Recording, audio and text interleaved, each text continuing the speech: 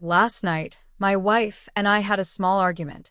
She wanted to go to a party that her friends had been planning for weeks. I told her honestly that I didn't feel comfortable with her going, not because I wanted to control her, but because I had a bad feeling about it. Something just didn't sit right with me. She brushed off my concerns and said I was being overprotective.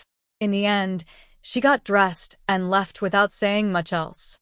I sat alone in the living room, watching the clock as the hours passed. My mind was spinning. I kept asking myself, what could possibly be so important about that party that she'd ignore how I felt? I didn't text her. I didn't call. I just stayed quiet, letting my disappointment fill the room. By the time she came home, it was nearly 2 a.m. She walked in casually, smelling of alcohol and perfume. Her laughter still echoed from the car ride with her friends. I looked at her once, but said nothing. She noticed the silence.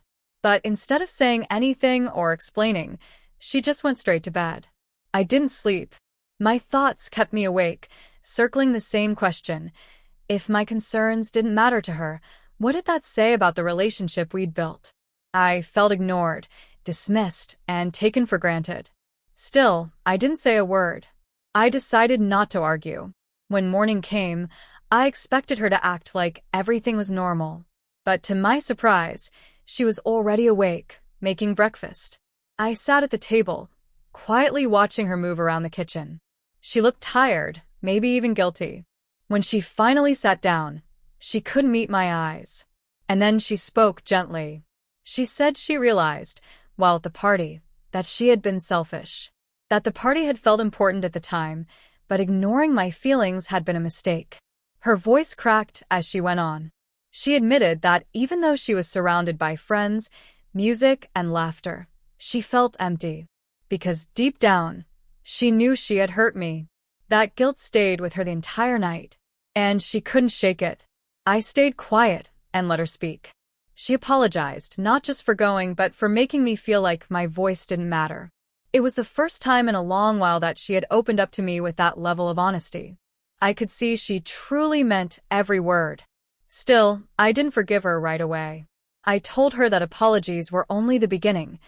Actions were what mattered. I reminded her that respect in a marriage isn't just about love. It's about valuing each other's feelings, even when we don't agree. She nodded, tears forming in her eyes. She promised to change, to start thinking about us, not just herself. And for once, I felt like she truly understood the weight of my silence from the night before. It hadn't been about anger. It had been about disappointment. As we sat together that morning, sharing a quiet breakfast, the tension slowly started to lift. It wasn't a perfect fix, but it was a step forward. She finally understood that trust and respect can't be pushed aside for a night of temporary fun. In the days that followed, I noticed real effort from her. She started involving me in her plans, asking for my input, making sure we made decisions together. It was never about control. It was about balance, about mutual respect. Looking back, that night could have broken something between us. But instead, it opened a door we had both been avoiding. Honest communication. My silence had spoken louder than any argument ever could.